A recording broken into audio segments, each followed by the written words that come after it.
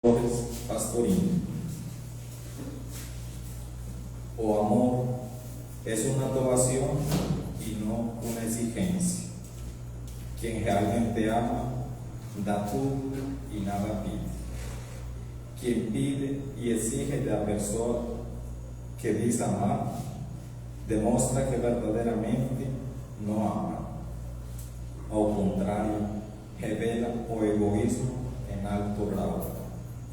Amar no es recibir, es dar, no es pedir, mas proporcionar felicidade desinteresadamente. O melhor exemplo do amor verdadeiro é o das mães, que sabem amar com renúncia. Agora vamos a fechar nossos olhos, respirar profundamente. Vamos a agradecer a Deus, Jesus Cristo, a Virgem Maria de Nazaré, a todos os espíritos, irmã Sheila, Dr. Hans, a todos os espíritos que estão aqui, bondosos, que nos guiem, nos dêem sabedoria, nos dêem fé nos momentos de fraqueza, que nos dêem amor, que nos enchem o coração de amor, paz e sabedoria, porque dúvidas é o que fica todos os dias em nossas mentes. Então, vamos a pedir com muito amor por a saúde de todas as pessoas do mundo, por a de nossos parentes que tanto la precisam.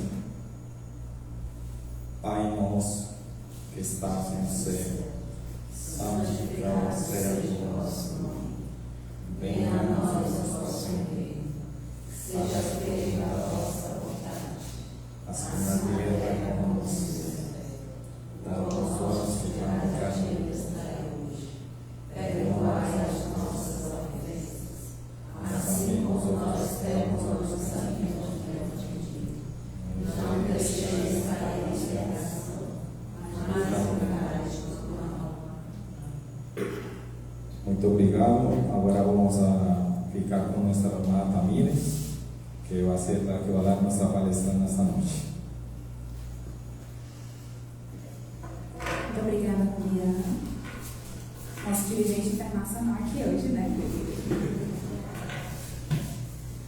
Hoje nós vamos falar de um assunto que para alguns causa uma aflição, uma angústia, mas que para outros é muito natural.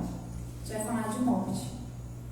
E quando a gente, numa roda, junto com alguém, ou até mesmo na nossa família, introduz o tema da morte, nós percebemos aqueles que têm receio a falar sobre isso. Se eu começar a falar disso na casa da minha família, a mãe vai dizer logo: Ave Maria, Deus me bora mudar de assunto, porque a gente tem que falar de coisa boa, como se a morte fosse algo extremamente ruim.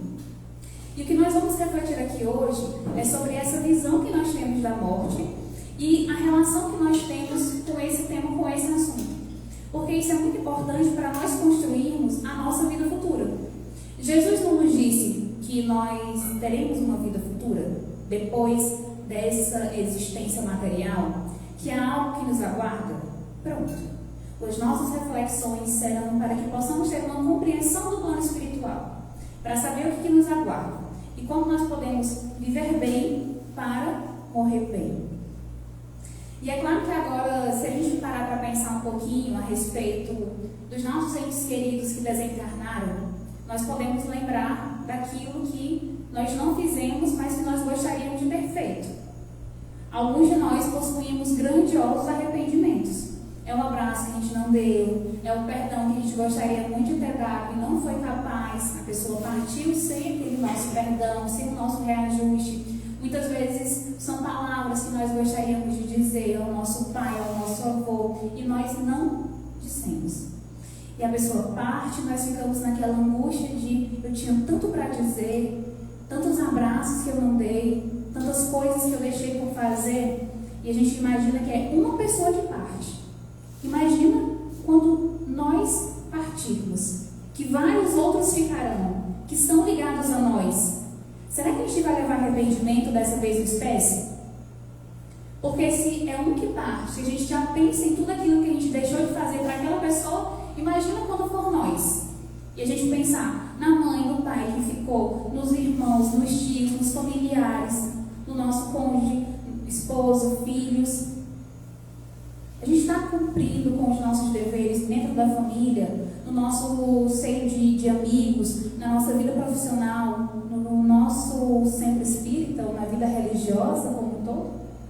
Tudo isso é importante para que a gente possa construir o que o Emmanuel chama de a paz do último dia. E uma indagação que ele faz lá no capítulo 12 dessa obra magnífica, que é o título da obra é o próprio nome do Emmanuel, a obra Emmanuel, e ele vai fazer a reflexão de: já pensastes no último dia na Terra? Se a gente soubesse que voltaria para casa do plano espiritual hoje, qual seria o sentimento que nós levaríamos? De dever cumprir, de tranquilidade, não ter nada que me prenda, ou aquela angústia terrível de um monte de coisa que nós estamos deixando ainda por fazer? Então essas serão as nossas reflexões mais adiante. Mas antes, eu gostaria que a gente pudesse refletir através de uma poesia de Fernando Pessoa. Eu gosto muito de poesia e eu acredito que a poesia ela sensibiliza a nossa alma. E ela também nos auxilia nessa construção das nossas reflexões. Então, Fernando Pessoa tem uma das poesias que eu mais admiro, que é Quando Vier a Primavera. E ele diz assim: quando vier a primavera, se eu já estiver morto, as flores florirão da mesma maneira, e as árvores não serão menos verdes do que na primavera passada. A realidade não precisa de mim. Sinto uma alegria enorme ao pensar que a minha morte não tem importância nenhuma. Se soubesse que amanhã morria e que a primavera era depois de amanhã, morreria contente, porque ela era depois de amanhã. Se esse é o seu tempo, quando haveria ela de vir senão no seu tempo? Gosto de tudo que é real, de tudo que está certo. E gosto porque assim seria, mesmo se eu não gostasse. Por isso, se morrer agora, morro contente, porque tudo é real e tudo está certo. Podem rezar latim sobre o meu caixão se quiserem podem cantar e dançar à roda dele. Eu não tenho preferências para quando eu já não puder ter preferências. O que for, como for, é o que será o que é. Não é linda? O que o Fernando Pessoa está dizendo para a gente? Que ele pode morrer agora e está tudo certo. Ele fez as pazes com a morte. E ele tem uma relação com a morte muito especial, que é aquela relação de liberdade. Ele acredita que se ele morrer agora, a natureza vai viver o seu processo natural de florir, do chegar do outono, onde as folhas caíram no chão, que isso não vai interferir em nada. E é verdade, se nós morremos hoje, a vida continua, a vida segue aqui nessa esfera, mas também em outra. E é interessante perceber que ele até diz na alegria. Por quê? No tempo certo, a morte chegou. Na hora que ela precisava vir. E ela só vem de forma natural quando nós cumprimos o nosso papel. Quando a espiritualidade compreende que pronto, chegou a hora de voltar para casa. Então ele vivencia esse processo, essa relação boa com a ideia de morrer. A maioria de nós sentiria tristeza se soubesse que morreria hoje. Angústia, dor, sofrimento. Mas e meu pai? Mas e minha mãe? Como é que ficariam os meus filhos? E a gente percebe que essa relação de liberdade que ele tem é porque ele não construiu dependências. Então ele se sente livre para ir no momento em que for chamado. Essa boa relação. Isso nos serve de reflexão para, primeiro, nós termos a humildade que nós não somos o centro do universo. Que quando nós desencarnarmos e chegarmos no plano espiritual, que é a nossa verdadeira vida, as coisas aqui na Terra vão continuar da mesma forma. Os nossos entes queridos sentirão a nossa falta, sentirão saudades. Mas o curso da vida de cada um vai correr normalmente, sem a nossa presença. Assim como os ciclos da natureza, como ele apresenta. Então, a gente precisa ter a humildade de saber que nós não somos o centro do universo. Que as coisas elas não giram em torno da gente. É por isso que ele fala, a realidade não precisa de mim. Eu não sou o centro do universo. Então nós não somos o centro do mundo. E isso nos serve para que a gente comece a nos desprender. Achar que, por exemplo, se eu desencarnasse hoje, quem assumiria meu lugar no centro espírita? 25 trabalhadores. Quem assumiria o meu lugar na família? Aí é aquela questão, precisa assumir lugar? Se a gente acredita na imortalidade da alma, a gente sabe que é só uma despedida momentânea. Que quando um filho ele decide viajar para uma outra cidade, para um outro estado ou para um outro país, a gente fica só aguardando o momento do reencontro. Quando aquela pessoa lá no outro estado, que foi para trabalhar no outro país, que foi para aprender uma língua nova, ele está indo em processo de aprendizado, de construção de si mesmo, buscando patamares maiores na sua evolução, no seu processo evolutivo. E o lugar dele? Guardado no nosso coração, da mesma forma. Não é assim que a gente faz com o ente querido que vai viajar e a gente fica muito feliz sabendo que ele vai, porque ele está indo para construir coisas maiores. Por que a nossa relação com a morte é diferente disso? Se a morte é também uma viagem, se ela é um momento necessário, crucial para a construção de todo o espírito. Então nós vamos começar a compreender que esse processo de dormir para a vida na matéria e despertar para a vida no plano espiritual é necessário, é importante para nós que ficamos sentindo a ausência daquele que foi ou daquela que foi, mas também aprendendo com esse processo e cultivando, nutrindo no seio dos nossos corações o sentimento que tínhamos por aquele que partiu e fortalecendo esses nossos vínculos de amor e de afeto. E quem chega no outro lado da vida, quem pega o trem de volta para casa, vai continuar sua jornada de aprendizado, de crescimento, de transformação e de melhoria. E nutrirá por nós os mesmos sentimentos. Por isso que nós orientamos, quando perdemos alguém, no sentido de quando a pessoa retorna para a pátria espiritual, que nós possamos nutrir bons sentimentos, pensamentos. Por quê? Quanto melhor for o meu pensamento, o meu sentimento com relação àquela pessoa, mais tranquilo também vai ser a estadia dela no plano espiritual. Digamos que eu decida hoje para São Paulo, chego lá em São Paulo, e aí toda vez que eu ligo para minha mãe para dar notícia, a mamãe morrendo, se acabando de chorar. Eu vou viver em paz lá em São Paulo, com a mamãe se acabando de chorar? Angustiada, todo tempo angustiada em sofrimento profundo. Aí eu ligo, a mamãe não atende o celular, que atende a minha irmã e diz assim: Tamires, ela está numa tristeza tão profunda, que a mãe nem se levanta da cama. Como é que a gente fica? Coração de filho, sabendo que a mãe está desse jeito. Imagina o coração se fosse o contrário, também, da mesma forma. Não é difícil.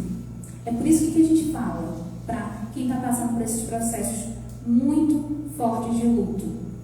O luto é importante, chorar é importante, mas seguir também é. E nós precisamos seguir com a dor, com o choro. A gente precisa aprender a conviver com a ausência. Eu sei que tudo se torna uma lembrança. A gente anda pela casa, a gente encontra os objetos, os lugares preferidos daquela pessoa, e que essa ausência não é preenchida, porque a pessoa fisicamente ela não está mais ali. Mas mudar o nosso patamar vibratório e o nosso pensamento é extremamente importante. Acho que algumas pessoas que já estão com um pouco mais de tempo na doutrina espírita perceberam isso. Como que é a sua relação hoje com a morte, no sentido daqueles que já se foram hoje da sua vida, e como era há anos atrás? Como era tão mais difícil, tão mais doloroso, a ideia de nunca mais ver, a ideia de que aquela pessoa, a gente nem sabia, né? Pelo menos para mim isso nem passava pela minha cabeça, não tinha como raciocinar o que era que estava acontecendo pós-morte. Eu só vivia o luto, a dor, o total e completo desespero. E ter hoje o consolo da doutrina espírita que nos apresenta que a vida continua e que eles estão lá no plano espiritual, crescendo, progredindo, tendo as suas oportunidades de trabalho, de refazimento, e que aqueles outros que partiram em processos de vício, muitas vezes, em situações mais degradantes, eles terão os benfeitores que no momento oportuno irão ajudá-los. E nós, com as nossas preces, com as nossas emanações de bons pensamentos e sentimentos, poderemos auxiliar esses nossos irmãos. Dito isso, vamos voltar para nós, para a nossa paz no último dia. Vamos imaginar que a construção dessa paz, ela se dá cotidianamente, naquilo que nós fazemos dia após dia. Nós vamos morrer bem se vivermos bem. E viver bem é o quê? Cumprir com os nossos deveres. Antes de reencarnar, nós fazemos todo o planejamento lá no plano espiritual. Nós estudamos hoje de forma muito aprofundada isso às 4 da tarde na obra Evolução em 2 Mundos. E nós aprendemos nessa obra a importância de compreender os nossos processos de provação e de expiação. Por quê? Nós temos impregnados no nosso espírito o que a gente pode chamar de sementes do destino. São aquelas sementes que vão direcionar a nossa caminhada. Como assim? Digamos que elas servem para que a gente possa ser direcionado às provas e expiações necessárias para o nosso crescimento e aprendizado. Então, digamos que eu conquiste nessa vida um corpo saudável, mas uma família desestruturada. O corpo saudável é o corpo necessário para burilar o meu próprio espírito, para burilar para me ajudar a construir aquilo que eu não construí em vidas passadas. Isso por meio do trabalho, por meio do estudo, por meio da espiritualidade.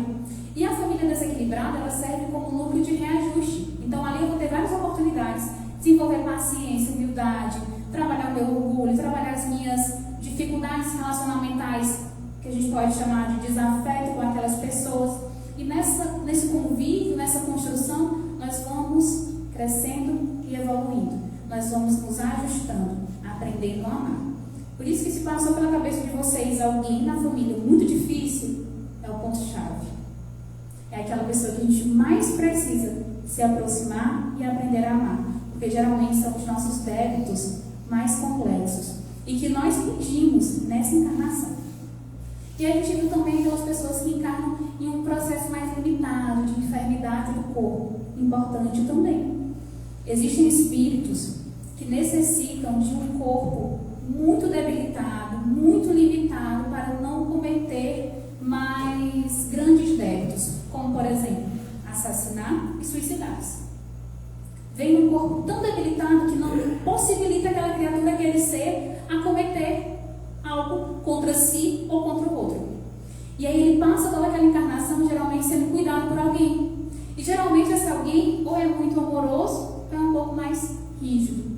Mas tudo isso são instrumentos necessários para o progresso, para o aprendizado, para a transformação.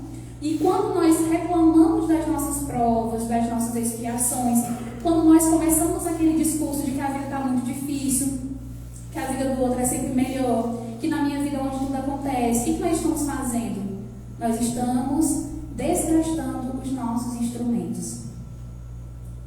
Tudo aquilo que Deus e a espiritualidade amiga colocam ao nosso redor de instrumento, nós estamos jogando fora, quebrando, se desfazendo, destratando. A gente acha que não serve. Sendo que Deus ele nos ensina por meio das dificuldades, das dores. Nós aprendemos com a doutrina espírita que a dor é a nossa grande mestra. É ela que nos auxilia. E nós precisamos constantemente trabalhar, constantemente se autoeducar, se autoavaliar. Nós vamos ver agora alguns pontos importantes para esse nosso processo de crescimento, de aprendizado e de transformação. Nós temos a fé, nós temos a caridade e nós temos a transformação moral. Quando pensarmos em fé, segundo a doutrina espírita, poderemos também relacionar com o amar a Deus, a lei de amor. Amar a Deus sobre todas as coisas, a nossa fé. A fé ela se relaciona com o nosso vínculo com Deus, a nossa intimidade com Deus. Muitas vezes nós acordamos e passamos 24 horas do dia sem pensar em Deus. Será que a gente tem intimidade com Ele? Como é que está o nosso vínculo com Ele? Está saudável? Ele está pertinho de mim, eu sinto isso. Porque Jesus dizia isso, que Ele habitava no Pai assim como o Pai habitava nele. Eles dois eram um. Ele tinha comunhão completa com Deus. E nós temos minimamente intimidade, contato, convivência com Deus? Chamamos Ele para o nosso convívio em família? Qual é a nossa relação com Deus, com o Criador, com a divindade? Isso é a fé. É o que nós chamamos também de espiritualidade. É como nós trabalhamos esse nosso vínculo e esse nosso contato. Allan Kardec, lá no livro A Gênese, ele vai nos trazer algo que é brilhante. Ele vai falar sobre a solicitude de Deus para conosco. Isso significa o quê? O zelo que Deus tem. Então, Deus, Ele sabe de todas as nossas dores e dificuldades. Ele sabe. Porque Ele está em nós. Agora a questão é, estamos nele? Estamos permitindo que a divindade, que essa solicitude, que esse zelo que Ele tem para comigo me alcance? Porque para isso eu preciso de conexão, eu preciso de contato, eu preciso de intimidade. Por isso que nos ensinamentos de Jesus, quando Ele se coloca à disposição de nós, o que Ele diz? É sempre o vinde a mim, batei e abri-se-vos-á, buscai e acharei, pedi e obterei. Não é sempre chamando para que a atitude seja nossa, porque nos auxiliamos já está a todo momento. Só que nós precisamos dar o passo com Deus da mesma forma. Nós precisamos buscar a Deus através da oração, através dos pensamentos elevados, através de conexão com Ele. E o que seria a caridade? Amar ao próximo. Amar a Deus sobre todas as coisas e o próximo. Então, para amar ao próximo, eu tenho um instrumento da caridade. A caridade ela vai me orientar a ser mais tolerante, a ser mais indulgente, a ser mais benevolente, inclusive a perdoar. Nós temos o BIP, que é justamente isso. Benevolência, indulgência e perdão das ofensas. Então, nesse processo, dessa construção de melhoria do meu relacionamento com o próximo, eu começo a construir essa segunda chave para a felicidade futura, para conseguir chegar no plano espiritual muito melhor do que nós estamos aqui hoje. E essa caridade, ela consiste em observar as nossas relações e o que nós podemos fazer sempre para melhorar.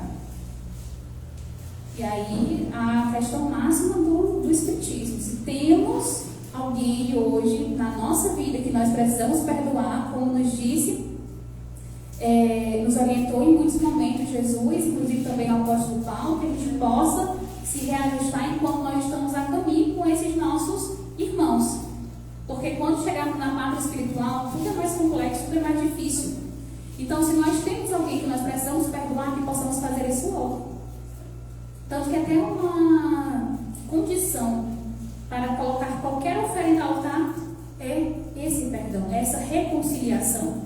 Então, que nós não guardemos mágoa, rancor, ressentimentos, aborrecimentos desnecessários, que na maioria das vezes são muito relacionados às questões materiais. Então, que nós possamos ir fazer esse desprendimento, exercitando o amor, a caridade. E a caridade é justamente isso, é um amor em movimento. E temos a caridade moral, que é essa que nós estamos falando, e a material, que todos nós conhecemos, que é aquilo que nós temos, nós podemos sempre, de alguma forma, doar para aqueles que necessitam. Então, nós temos as duas chaves, a fé e a caridade. Mas só falta um, né? Que é amar a Deus sobre todas as coisas, ao próximo, como a si mesmo. E aí, o amor a si vem a transformação moral. Porque quando eu me amo, eu me transformo. Quando eu me amo, eu tenho um desejo de melhorar. Quando nós amamos alguém, não é isso que a gente quer, que a pessoa viva bem? Que se ela está triste, se ela está angustiada por um processo de ódio, por um processo de revolta, a gente não quer que ela melhore, que ela fique bem, que ela se desfaça daquele ódio. Se ela está muito magoada, se ela não consegue perdoar, o que a gente quer para outra pessoa? Não é isso? O amor a nós mesmos também nos orienta a isso. Então, amar a si é transformar-se. É buscar no cotidiano, observar o que é que eu ainda preciso mudar para que minha vida ela possa se transformar. Quando Jesus diz, vinde a mim todos vós que estáis aflitos e sobrecarregados, que eu vos aliviarei, o que Ele nos apresenta? Que todas as vezes que formos até Ele, em palavras, orações ou atitudes, nesse nosso processo de transformação e renovação íntima, Ele vai nos aliviando. Ele não está dizendo que a nossa caminhada ela vai ser perfeita, excelente. Ele está dizendo que vai aliviar o peso dos nossos dias. E se vocês pensarem num dia muito difícil, de muita dor, de muito sofrimento, mas que você buscou Deus, buscou Jesus, teve esse impulso de se espiritualizar de fato, lembrem o quanto depois da prece, da oração, do pensamento elevado, você conseguiu seguir de forma mais calma, mais tranquila. pedindo forças aos espíritos amigos que nos acompanham. Então isso é transformar-se. A gente não consegue mais permanecer naquele lugar que nós estamos e nós queremos algo melhor e maior para nós mesmos. Então essas são as 3 chaves que vão construir a nossa paz no futuro, que vão nos auxiliar nesse processo de burilamento, de transformação e de melhoria.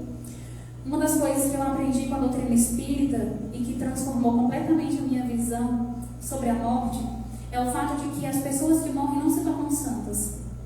Muitas vezes nós santificamos muitos que partem e nós não vamos nos tornar santos. Eu vou ser a Tamires, a Isabel vai ser a Isabel, e que bom, a Bia vai ser a Bia. Nós seremos as mesmas pessoas, a diferença é que um outro plano. Mas a gente vai levar tudo aquilo que a gente está construindo aqui hoje de bom, e as coisas também não são tão boas. A doutrina espírita elimina a ideia que nós temos de penas eternas. Aquele céu e inferno que nos foi ensinado em outras religiões, onde nós seremos condenados para sempre, não é isso na doutrina espírita. Nós compreendemos que o céu e o inferno são estados de consciência, e que se a minha consciência ela está nesse processo de dever cumprido, se eu sei que eu fiz tudo que eu poderia fazer, que eu me reajustei com os meus familiares, que eu procurei ser bom, caridoso, se eu mantive minha fé viva e ardente, se eu amei ao próximo, se eu busquei me transformar, nós estaremos no céu das nossas consciências, porque a nossa consciência não nos acusará. O que causa o processo de sofrimento e de dor no plano espiritual é a consciência culpada. Nós somos juízes de nós mesmos.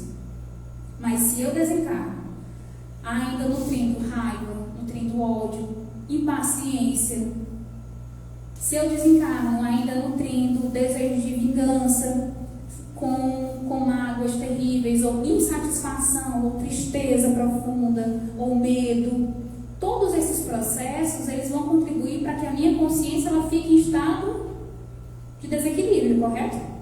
E aí a gente vai se encontrar onde?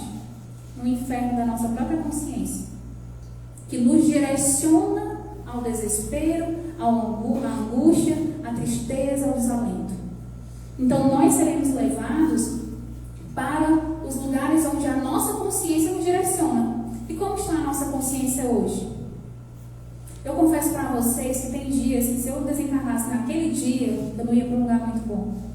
Não tem dia assim? Que a gente está tão descontrolado, porque a vida material às vezes nos impõe dificuldades necessárias e importantes, tão desafiadoras, que é uma prova assim, que é muito difícil da gente suportar, e às vezes a gente nem suporta, e entra naquele processo de desespero, desequilíbrio, frustração e angústia, um misto de coisas. Naquele dia a gente fala: minha vida hoje está um inferno. Se desencarnasse naquele dia, para onde? Das nossas próprias consciências. E aí, se você tem o costume de dizer isso rotineiramente, não alerta, né? Que a qualquer hora a gente pode desencarnar. E aí, para onde que a gente vai? Agora, se você me diz todo dia: oh meu Deus, mas a minha vida é tão boa, ai que bom, hoje eu consegui perdoar aquela, hoje eu consegui, meu Deus, hoje eu consegui abraçar tal pessoa que há anos que eu não conseguia chegar perto por conta de uma repulsa, que eu tinha uma antipatia, e eu já estou conseguindo, já estou me melhorando. Quando a gente se sente bem, a gente pensa: não, hoje é um dia. Às vezes, eu trabalho aqui no centro espírita, tem dias que a gente faz trabalhos assim tão importantes para a nossa alma, que nos nutrem tanto, que a gente termina o trabalho e diz assim: se eu morresse hoje, morreria feliz, contente, com a minha consciência tranquila, de tão bem que nos faz fazer o bem. Mas geralmente no nosso dia cotidiano nós não temos essa paz, porque lembra que a chave também é a caridade? E quando nós movimentamos essa força da nossa alma, quando nós nos pomos a comunhão com o próximo, no sentido de levar a ele aquilo de bom, isso nos nutre de uma forma incrível. Então vamos refletir também sobre algo que eu achei muito interessante, porque nós muitas vezes reclamamos de como a nossa rotina se dá aqui na Terra. Então nós não vemos sentidos na vida, muitas vezes falta de propósito, nos angustiamos demais. Somos hoje em dia, né, a civilização do processo de ansiedade, podemos dizer assim, a síndrome, né, do momento, a ansiedade. Nós vivemos sempre muito acelerados e isso tira muito da nossa paz.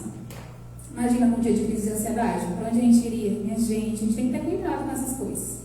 E vivendo isso e observando isso, nós vamos pensar nas obras de André Luiz.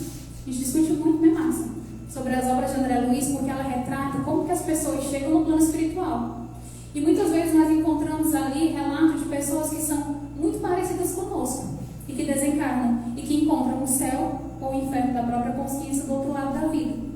E nós temos uma historinha muito conhecida, que talvez vocês se lembrem, quem assistiu ou quem leu a obra Nosso Lar, do momento em que está ali o André Luiz, ele vai ter uma conversa com Clarice para falar a respeito do seu próximo trabalho lá em Nosso Lar, né, nas esferas de Nosso Lar. Lembrando que André Luiz passou anos numa zona inferior chamada umbral, que era um momento ali que ele estava passando anos e anos de sofrimento, passando por um processo purgatório, mas como as penas não são eternas, ele tem, depois desse processo, ele se arrepende, aí ele está ali já sintonizado de uma forma que ele pode galgar patamares maiores. Aí ele vai para essa colônia Nosso Lar. E ele é médico na Terra, ele era médico. E ele chega lá no plano espiritual pensando o quê? Provavelmente, vou ser médico também, estudei, tenho conhecimento. E aí ele vai chegar para conversar com Clarice, e antes dele, Clarice ele coloca uma mulher, uma moça, e ela reclama de todos os trabalhos que já deram para ela. Todo o trabalho ela tem uma queixa, ela tem uma reclamação. Lembrou de alguém? Lembrou de si?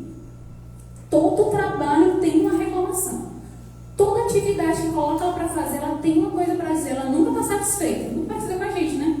A gente nunca está satisfeito com o nosso trabalho, com a nossa família, com a pessoa que a gente escolheu para passar a vida. A gente escolhe ainda a pessoa que a gente quer casar ou viver uma vida juntos. E a gente muitas vezes está em processo extremo de insatisfação. Ela reclama. Aí o que ele faz? Diz que ela pode ficar em um lugar onde ela vai ficar só contemplando a árvore, contemplando a natureza sozinha. Para ela perceber que o problema não está nos outros. Que o problema está em quem? Nela. Porque no dia que ela ficar sozinha com ela mesma, ela vai perceber que o problema nunca é o trabalho, as pessoas, os lugares em que ela é colocada. Que o problema é ela mesma. Porque o problema somos nós mesmos. Tem uma frase de um filósofo, Sartre, que diz que o inferno é sempre os outros.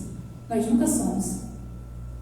É sempre o outro que é ruim, mas a gente nunca percebe o que há em nós, que é movimentado na convivência com o outro, que torna a convivência tão desagradável. É difícil manter a paciência, é difícil manter a tolerância, porque nós somos criaturas imperfeitas. Porque se a tolerância habitasse em mim, eu conviveria tranquilamente com a diferença, com aqueles que são diferentes de mim. Mas como a tolerância em pleno não habita em mim, eu tenho dificuldade em conviver com os outros. E eu falo só a tolerância porque a gente ainda nem chegou no nível de amar de fato uns aos outros, como Jesus nos amou. E aí André Luiz chega o momento dele conversar ali para saber qual é o trabalho que ele vai fazer. Então ele já entendeu ali como funciona. Ele diz assim: qualquer trabalho, o que você quiser, eu faço o que você quiser. E aí André Luiz era médico na Terra, e lá ele vai ser basicamente depois de um tempo técnico de enfermagem, digamos assim. E ele vai aprender muito nesse processo. Isso é para que a gente possa compreender que, se vivemos insatisfeitos aqui na Terra, lá no plano espiritual, independente de onde nós chegarmos, até mesmo na colônia Nosso Lar, que para nós espíritas é muito visado, né? Deus queira que a gente consiga encontrar um lugar de oportunidade de trabalho, de reajuste, que a gente não fique sofrendo durante muito tempo numa área onde precisamos purgar aquilo que não tivermos conseguido purgar aqui na Terra. Então, ele fica lá nesse processo de trabalho, de amparo aos espíritos que chegam no plano espiritual ainda enfermos. E aí nós vamos compreendendo que aquilo que nós encontramos de realidade no plano espiritual vai ser também aquilo que nós construímos aqui na Terra. Então, se eu não tenho um hábito de leitura, eu não vou ler no plano espiritual. Não é porque eu vou chegar lá e agora esse hábito ele vai acender. Não. Se eu não tenho um hábito de trabalho, eu não vou ter isso lá. E E por que eu trouxe essa questão do trabalho? Da moça tão satisfeita com todas as tarefas que colocaram para ela?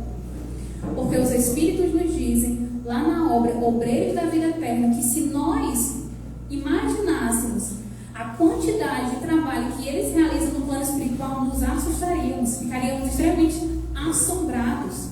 Porque eles trabalham ininterruptamente. Porque aqui a gente ainda tem que comer, trabalhar materialmente para conseguir o sustento da vida material. Aqui nós temos nossas necessidades fisiológicas, no plano espiritual não tem nada disso. O que nós seremos quando não precisarmos mais trabalhar? Não precisa trabalhar, não precisa comer, não precisa dormir. Não tem celular. O que a gente faz na nossa ociosidade? Naquele momento à noite, naquelas 2, 3 horas ali que a gente não tem nada para fazer. O que a gente faz nesse momento? O que a gente alimenta o nosso espírito como? Vendo TikTok? Olha, a gente viu na contra o TikTok, mas tudo com moderação. A gente viu no estudo de hoje à tarde desses processos de vício. E que o celular é um vício que hoje em dia é muito mais parado. Porque a gente pensa que não tem a dependência, mas nós temos a dependência. Muitos de nós não ficaríamos 24 horas sem o celular. Uma semana, um mês. Imagina uma vida. Como eu disse, lá não tem celular. Como que nós estamos construindo? E aí, será que a gente vive igual o Fernando Pessoa? Se morrer agora, eu morro contente. Ou a gente quer levar o celular conosco? Tem um vídeo do Amigos da Luz, é muito interessante, é muito engraçado. E eles trazem esses conteúdos, que é justamente isso. Ele apresenta, inclusive, isso no plano espiritual. Não tem pizza, não tem. Então, a gente vai percebendo que tudo aquilo que nós vamos nutrindo o nosso espírito aqui é o que vai fazer com que nós estejamos no céu, no inferno das nossas consciências. Então, que a gente possa começar a compreender isso para trabalhar isso dia após dia dentro de nós. Então, se eu sou uma pessoa que eu não gosto de fazer o bem, comece a fazer. Porque lembra da segunda chave? A caridade. E eu falei isso na última palestra, mas eu falo de novo, eu vou falar sempre que eu tiver oportunidade. Entre mim e Deus, o próximo é a ponte. Quem diz isso é André Luiz. Não tem como chegar a Deus se eu não acessar ao próximo. Não tem como eu amar o invisível se eu não amo o que é visível.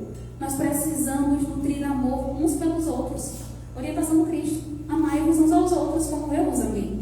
Então, essas 3 são as chaves para a nossa felicidade na vida após a morte. Ou a vida além da vida. E voltando aqui para o nosso texto do Emmanuel, que foi o pretexto para essa palestra, ele vai falar justamente dessa paz do último dia. E ele vai nos explicar como que funciona assim, esse momento em que a gente, pronto, agora vou desencarnar. Ele diz que há na alma, prestes a regressar à vida, à sua eterna pátria, um mundo de sensações desconhecidas. Nós vamos experimentar vários tipos de sensações.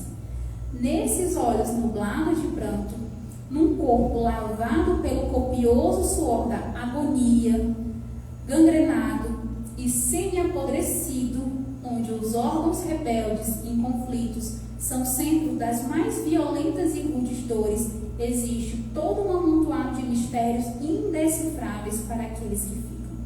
Então, para a gente fica se perguntando, será que morrer dói? Como que é, né, morrer? E aí ele vai mostrar que enquanto nós estamos pensando nisso, no processo de regresso para o espiritual, tudo começa pelo corpo, que é o estado que André Luiz vai chamar de cadaverização paulatino. É pouco a pouco. Então, pouco a pouco, os órgãos eles vão desfalecendo, vai acontecendo esse processo de desprendimento. E quando os órgãos vão desfalecendo, como é que está o nosso pensamento? Está ali numa turbulência. Não está falando de espírito superior desencarnando, não. Nem de espírito missionário. Somos nós mesmos. Então, a gente fica agoniado. Como ele fala, né, os olhos nublados de pranto, aquela angústia. Mas, dizem os espíritos que morreram. Nesses rápidos minutos, um turbilhão de pensamentos repressa-se nesse cérebro esgotado pelos sofrimentos. O espírito, no limiar do túmulo, sente angústia e receio. E nos estertores de sua impotência, vê numa continuidade assombrosa de imagens movimentadas toda inutilidade das ilusões da vida material. Lembram do telão? Pois é. Eles chamam o telão de inutilidade das ilusões da vida material. Então nós vamos perceber o quanto tempo que a gente gastou construindo patrimônios que a gente não vai levar. Lembram da parábola do rico? Que constrói, amontou um monte de tesouros. E Jesus, contando essa parábola, né, diz para ele, né, que a alma dele será tirada. E aí? Construiu celeiros para amontoar as riquezas, pensando que ele ia gozar daquilo tudo, que ele ia viver na bonança, e ele morre. O que adiantou tanto trabalho? O que adiantou tanta dedicação à matéria? A sustentar esse corpo que vai morrer? Por isso que eu falei para vocês, para a gente refletir sobre os nossos períodos de ociosidade. Porque se nesses períodos nós não nos dedicamos a uma leitura edificante, a construção de nós mesmos, a convivência daquelas pessoas que são importantes para nós no ciclo familiar, o que a gente vai levar daqui? E ele continua: todas suas vaidades e enganos tombam furiosamente, como se um ciclone impiedoso os arrastasse do seu íntimo. E os que somente para esses enganos viveram, sentem-se na profundeza de suas consciências. Lembram que é a consciência que nos conduz ao lugar onde vamos habitar no plano espiritual, como se atravessassem um deserto árido e extenso. Todos os erros do passado gritam nos seus corações. Todos os erros do passado. Nós vamos lembrar de todas as coisas que nós nos arrependemos.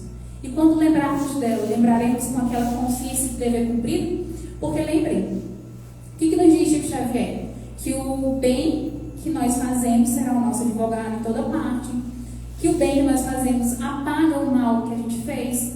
Então, se nós sabemos dos erros que nós cometemos, dos desvios, dos desequilíbrios, nós precisamos fazer o bem para que isso seja abatido na nossa contabilidade. A contabilidade divina e a justiça divina, ela faz justamente isso. Ela põe em equilíbrio o que a gente fez de bom e de não tão bom. Gritam nos seus corações, todos os deslizes se lhe apresentam. E nessa quietude aparente de uns lábios que se cerram no doloroso rito da morte, existem brados de blasfêmia e desesperação, que não escutais em vosso próprio benefício. Para esses espíritos não existe mais o último dia. A gente percebe que aqui esse desespero, essa angústia, vendo todos os erros, vendo que não reparou os erros, vendo que não fez diferente, mesmo com todas as oportunidades que a vida colocou diante dos seus olhos, dá para ter paz? Não. E se não tem paz e tem desespero, nós chegaremos lá nesse estado de desesperação. Vale lembrar que quando nós falamos que céu e inferno é um estado de consciência, que nós seremos levados para o céu e inferno das nossas consciências, nós precisamos colocar uma coisa muito importante, que se chama mérito. Porque pelo nosso mérito, muitas vezes, nós somos recebidos no plano espiritual e mesmo estando em completo desespero, angústia e inquietude, os espíritos amigos nos induzem ao sono. Um sono que seja reparador. Por isso, em algumas psicografias, os espíritos dizem: olha, eu não posso agora dar notícia do seu ente querido porque ele está em processo de sono ainda, ou está nas zonas de tratamento do plano espiritual. Só para que a gente não generalize, mas a gente conta a questão do céu e inferno como estado de consciência para uma melhor forma de compreensão, que não existe penas eternas. Amargurados e desditosos lançam ao olhar ao passado e reflexionam: se eu pudesse voltar nos tempos idos. Então, existe um profundo arrependimento e um olhar para trás e saber que poderia ter feito tantas coisas diferentes, só que não fez. E é por isso que a nossa reflexão hoje, ela versa sobre isso. O que é que nós poderíamos ter feito de diferente que nós não fizemos? Mas como nós não podemos voltar no passado e fazer de novo, Chico Xavier nos diz que nós podemos construir um futuro novo. E a partir de hoje, não é nem de amanhã, de hoje, quais serão as nossas atitudes para construir um futuro novo? Para construir essa sensação de dever cumprido. Quem é que a gente precisa abraçar? Quem é que a gente precisa perdoar? O que a gente precisa construir no nosso espírito de hábitos saudáveis, hábitos que nos levem à espiritualização do nosso ser?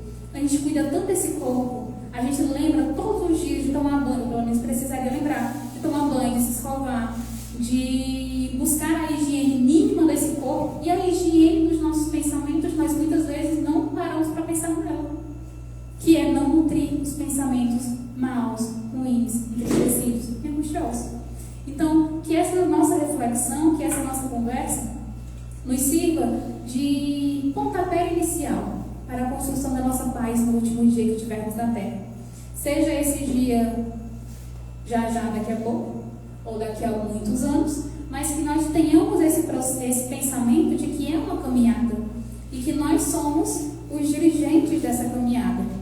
Depende de nós, como a música, né? Só depende de nós. Então, ficamos aqui nas nossas reflexões de hoje e vamos, nesse momento, para o nosso momento de vibração. Ricardo, obrigada. Você pode chamar quem está lá fora, Márcio, para mim?